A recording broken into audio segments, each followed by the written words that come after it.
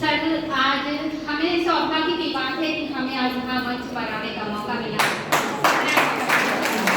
ये तो कहीं हम भी थे और आप भी थे, ना ही आप बुलाते, ना हम आपको जानते, ना आप हमको जानते। कम से कम इस बहाने आज हमारी आपसे मुलाकात हो गई और हमें भी अपने समाज को और कई लोगों को जानने का मौका मिला। तो आज हम पूरे उसमें संबंध में बताया सर ने कि उनकी तो व्यथा अभी सभी लोगों ने सुनाई है, बच्ची ने बहुत अच्छे रूप में सुनाई है और भी सभी स्टूडेंट ने बहुत, जो हम समझ चुके हैं कि वो एक गरीब परिवार में जन्मे थे, नाई परिवार में थे और उनका व्यक्तित्व इस मतलब इतनी गरीबी में रहते हुए उन्होंने अपने आप को उस परिस्थिति को याद कर उन्होंने कैसे संभाला होगा।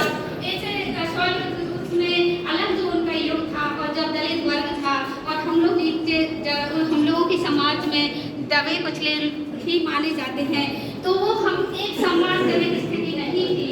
तो उसमें उस राज्य से हमें उस परिस्थिति से कैसे उन्हें उठाया और हमें कैसे आगे बढ़ाया और उनके साहस को तो हम आज एहसास कर रहे हैं। जो आज उनका नाम लेकर मंच पर खड़े हैं, कि कहते हैं कि मंजिलें उन्हीं को मिलती हैं जिनके सपनों में जान होती है।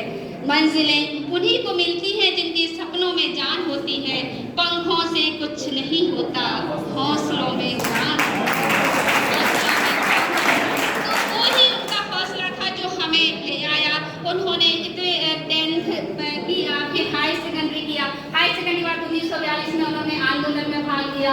आंदोलन के बाद वो जेल भी गए, फिर मुख्यमंत्री बने, शिक्षा मंत्री बने और 2 बार मुख्यमंत्री बनके उन्होंने सबसे पहले कि SC/ST को तो आरक्षण था ही, लेकिन OBC को भी उन्होंने आरक्षण दिया। ये उन्होंने बहुत महानता का काम किया है कि हम लोगों को उस समाज के दायरे से उठाया, उस समय की परिस्थिति से हमको उठाया। ये हमारे लिए बहुत बड़ी बात है कि हम ना ही वो उठाते, ना ही हम ऊपर आते। तो उस कमल के फूल की तरह उन्होंने उस कीचड़ में से हमको उठाया। ये हमारे लिए बड़ी गौरव की बात है। उनका व्यक्तित्व जीवन सादगी वाला था और वो खुद जब उनके यहाँ प्रधानमंत्री गए तो उनका घर था, तो वो नीचे था, उनकी पौर कहते हैं जिसको हम, तो वो किसी में लगे तो उन्हें क्या करते हो आप, अपने घर भी नहीं बनवाते हैं। तो उनका कहना था पहले हम अपने बिहार के गरीबों का घर को बनवाते हैं।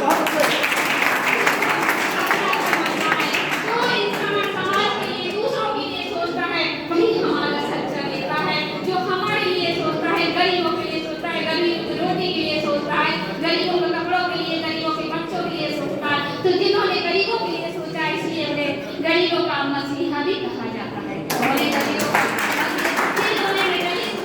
ऊपर उठ के आरक्षण दिलाया।